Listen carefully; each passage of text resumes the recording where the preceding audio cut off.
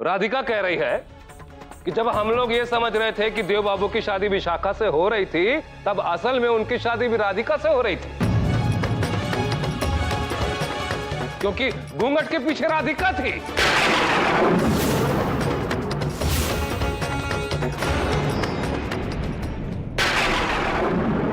ये क्या कह रहे हैं बेटा? ऐसी बातों का क्या उचित है बेटा? ये हो क्या रहा है यहां सुशील बाबू? क्षमा कीजिएगा शास्त्री जी, यह सवाल हमको आपसे पूछना चाहिए कि राधिका ऐसा क्यों कह रही है। एक की शादी, दूसरी बेटी की विदाई। देखिए सुशील बाबू, ऐसा अधार्मिक कार्य करने की बात तो दूर रही, मेरी बेटी तो ऐसा कह भी नहीं सकती।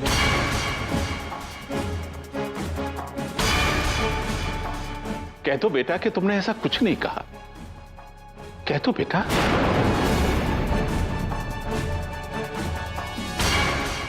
संभवतः तुम्हारे किसी कथन का अन्यथा अर्थ निकाला जा रहा है। अन्यथा अर्थ नहीं निकाला जा रहा है शास्त्री जी, बल्कि आपका षड्यंत्र हमें समझ में आ गया है। पहले एक बेटी को विदा किया और फिर जब वो भाग गई तो बकायदा दूसरी बेटी की शादी कर दी देव बाबू के साथ, ताकि दोनों बेटियां मिलकर पूरे पुरोहित खानदान पर कब्जा कर लें, है ना? अरे हमरे तो बस बंसी बजैया हमरा का, हम तो जैसे हैं वैसे हैं, जग जाहिर है। पर आप बड़े धार्मिक व्यक्ति बनते हैं। याद है चाची माँ, पग फेरे की रस्म में तुलसी का बिरवा लाए थे उपहार में ये सज्जन। शास्त्री जी, पर असलियत में आपकी सोच क्या है ये आज सबके सामने आ गई। बस कीजिए सुशील बाबू, ऐसे प्रहार न करिए एक निर्धन ब्राह्मण पर। मैं तो यही समझने में असमर्थ हूं कि देव बाबू का राधिका के साथ 2 बार विवाह कैसे हो सकता है? ये हम नहीं कह रहे हैं शास्त्री जी, स्वयं आपकी सुपुत्री राधिका कह रही है। मैं सबसे अनभिज्ञ हूं। एक बाप को पता ही नहीं कि वो किसका कन्यादान कर रहा है। शास्त्री जी, अपने भोले भाले और मासूम चेहरे से किसी और को लूटने का प्रयास कीजिएगा। यहां आपका कच्चा चिट्ठा खुल चुका है। हम सब जान गए हैं कि जिस व्यक्ति को हम प्रगाढ़ पंडित समझते थे, वो कितने काया किस्म का आदमी है, कितने निचले स्तर की सोच है उसकी। राधिका बेटा, इनकी बातों को रोक लगाओ। मुझे भान हो रहा है कि तुमने अपने विवाह को बचाने के लिए ही यह सत्य कहा है। इस विशाखा के कारण ही ऐसी स्थिति उत्पन्न हुई है। परंतु बेटा, असत्य किसी भी समस्या का समाधान नहीं होता। अपना ही असत्य कथन वापस ले लो और अपने इस निर्धन पिता को अनादर से बचा लो।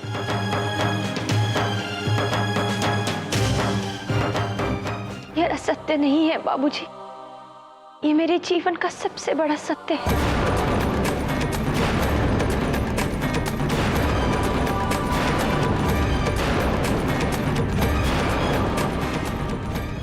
मुझे गलत मत समझिए, आप पर लगाए जा रहे एक एक इल्जाम मेरे मन को और छलनी कर रहे हैं,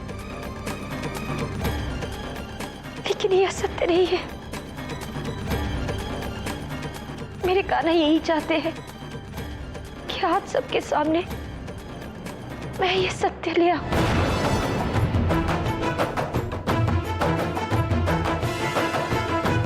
आपको इसका ज्ञान नहीं है बाबूजी, लेकिन मेरे इस सत्य की साक्षी माँ और अम्मा है।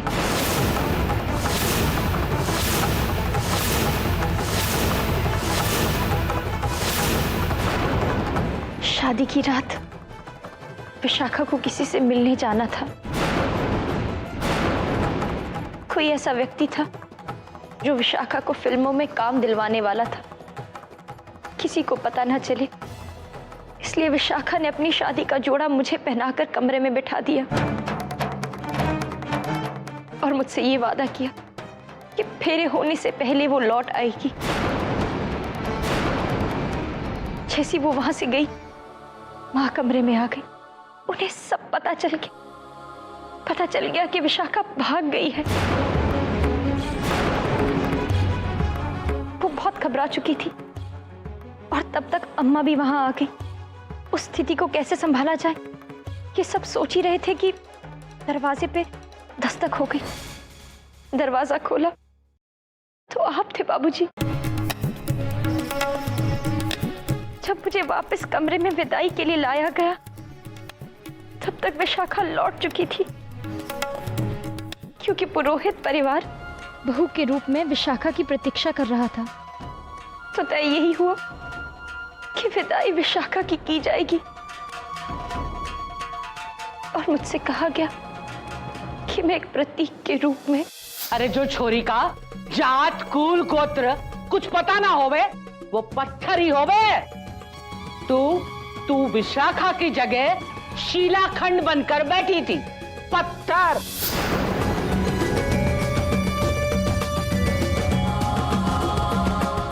एक एक करके सारी सुहाग की निशानियां छीन दी गई बाबूजी।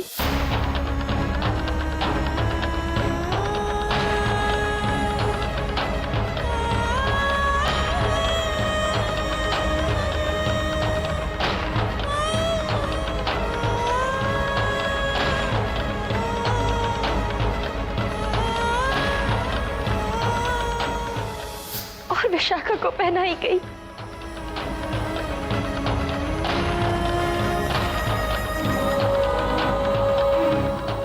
एक सुहागन होते हुए एक कुंवारी का जीवन व्यतीत करने पर विवश कर दिया गया बाबूजी। राधिका सही कह रही है बाबूजी।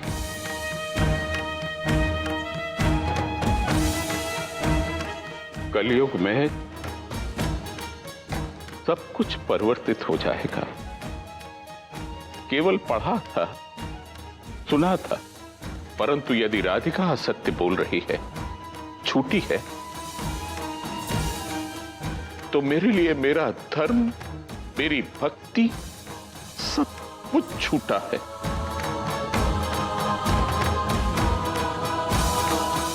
मेरा मंदिर, मेरे ईश्वर, मेरा व्यक्तित्व, सब कुछ व्यर्थ है, सब कुछ झूठा, सब। शास्त्री जी, संभालिए अपने आप को। कैसे संभालू समधन जी?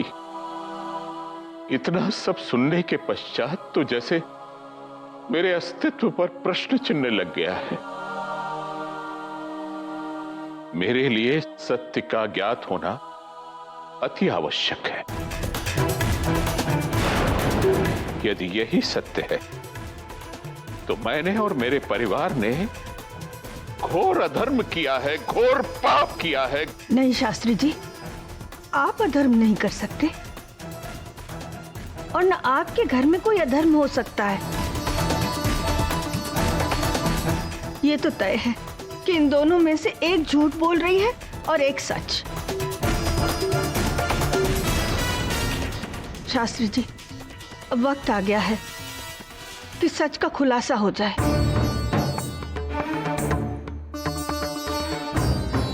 तभी आपको और हम सबको शांति मिलेगी।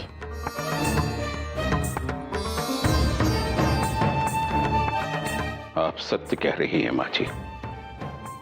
सत्य को सामने आना ही होगा। राधिका, तुम्हारा कथन है कि इस घटना के विषय में अम्मा और देवकी जी को ज्ञात है, वो इसकी साक्षी हैं। अर्थात उन्हें ही यहां आकर इस बात का प्रमाण देना होगा, साक्ष्य देना होगा।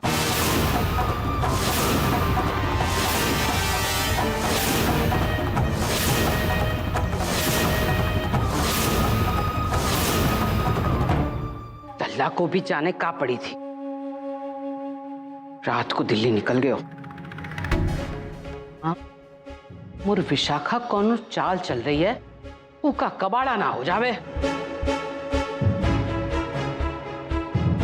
विशाखा की उनको कौन उफे करना है? बस वो मनहूस राधिका के लिए फट से दिल्ली निकल गए। कौन है? किसको नींद ना आवे है रात को?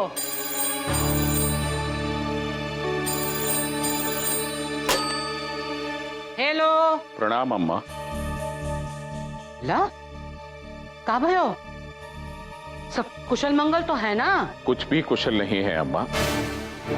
आपको इसी समय दिल्ली के लिए प्रस्थान करना है। इसी समय? हाँ अम्मा।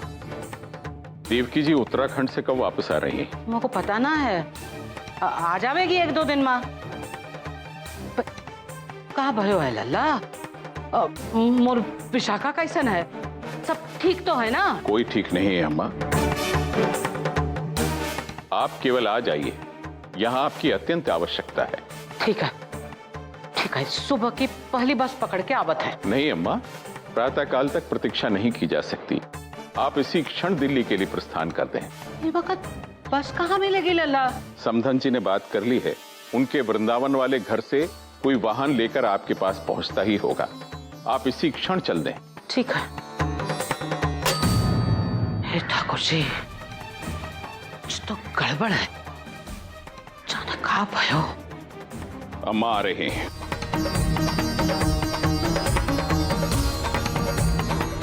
राधिका, अम्मा यदि यहां आकर तुम्हारे कथन को सत्य प्रमाणित करती हैं, तो तुम देव बाबू की प्रथम पत्नी कहलाओगी।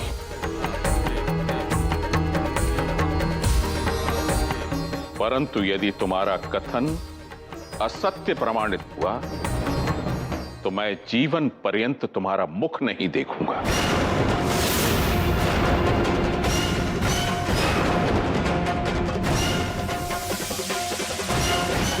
त्याग कर दूंगा तुम्हारा।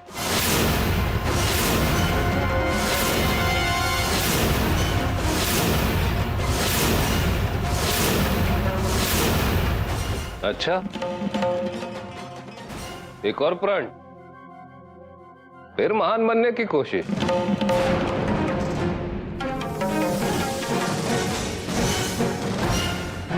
चलिए, अगर राधिका झूठ बोल रही है तो आप इसका त्याग कर देंगे, पर यदि उसका कथन सत्य हुआ तब क्या करेंगे आप लोग? इस बारे में सोचा है आप लोगों ने? अगर राधिका सत्य कह रही है तो आप लोग क्या करेंगे? हाँ भाभी जी। अगर राधिका ही देव की पत्नी है तो विशाखा का देव पर कोई हक नहीं रह जाएगा।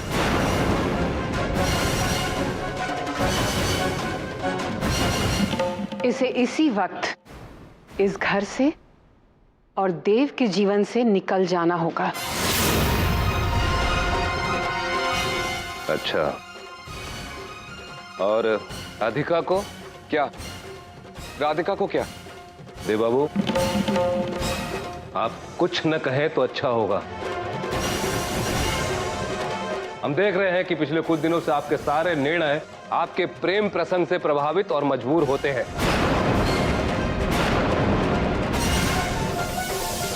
पर हम अपने पुरोहित खानदान को लेकर सोचते हैं, और उसी सोच के आधार पर हम कह रहे हैं कि अगर राधिका ने सच कहा है तो इससे यह साबित होता है कि दोनों बाप बेटी की मिली हुई साजिश थी। चाचा जी,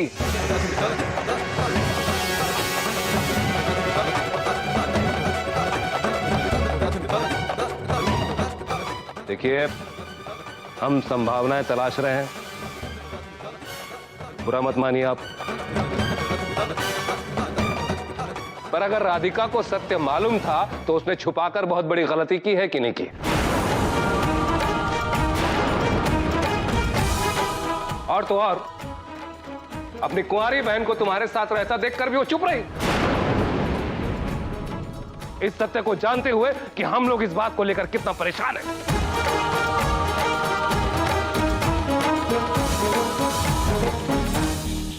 ऐसे मामले में ऐसे विश्वासघात को क्षमा करना चाहिए। चाची मां, बोलिए आप।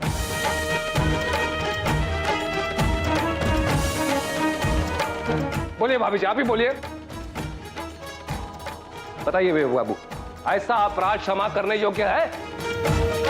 चाचा जी, आप बहुत कुछ सुना चुके हैं। राधिका जो कह रही अरे है, तो गलत क्या कह रहे हैं हम? इनके परिवार ने जो हमारे परिवार के साथ छल और धोखा किया है वो किसी अपराध से कम नहीं है देव बाबू। हमारी तो इस घर में कोई सुनता ही नहीं है ना। देखिए, हम हर बार गला फाड़ फाड़ कर कहते हैं, आज आखिरी बार कह रहे हैं कि शास्त्री जी के परिवार ने हमारे साथ छल कपट और बहुत बड़ा धोखा किया है।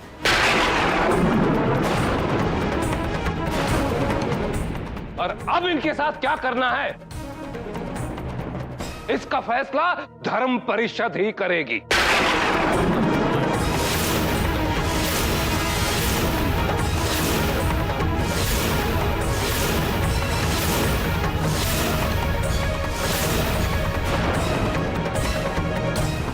विशाखा को मुझ जरूरत है। लल्ला तो राधिका की तरफदारी करेगो। मोको उको वहां अकेला छोड़ के आना ही ना चाहिए था।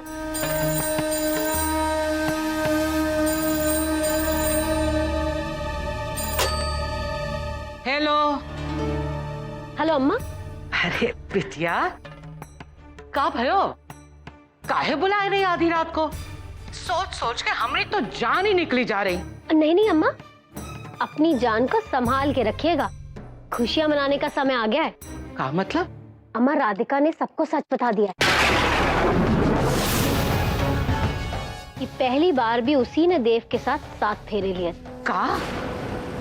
तू कह रही है खुशियां मनाने का वक्त आ गया है? अरे हाँ अम्मा, उसने सबको सच बता तो दिया है, पर उसकी बात पर कोई भी यकीन नहीं कर रहा।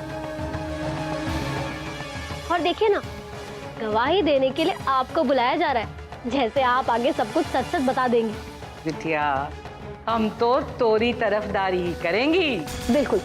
और फिर राधिका को झूठ बोलने के इल्जाम में ये घर छोड़ के जाना पड़ेगा। और तो और बाबूजी भी उसका त्याग कर देंगे, ऐसा उन्होंने सबके सामने बोला है। मतलब राधिका के लिए यहाँ कुआं है और वहाँ खाई। हाँ अम्मा, बस अब आप एक ऐसी कहानी सोच कर आइएगा जिससे राधिका की कहानी हमेशा हमेशा के लिए खत्म हो जाए। ठीक है बेटे, ठीक है, तू फिक्र ना कर, ऐसा नहीं होवेगा। राधे राधे अम्मा। राधे राधे बिटिया। ठाकुर जी बचा लियो, हम तो झूठा ही डर रही थी।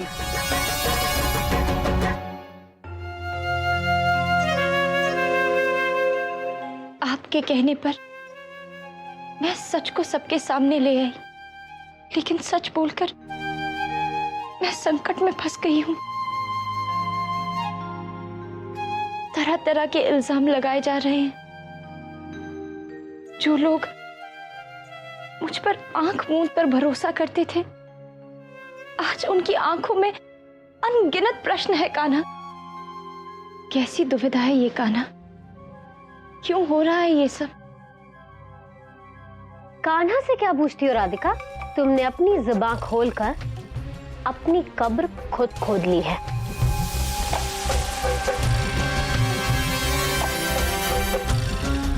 तू मुझे इस घर से निकालना चाहती थी ना? देव पर से मेरा अधिकार छीनना चाहती थी। क्या हुआ? बोलो।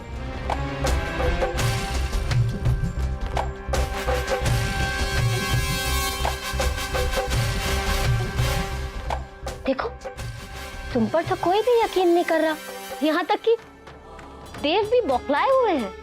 वो मुझ पर पूरा विश्वास करते हैं।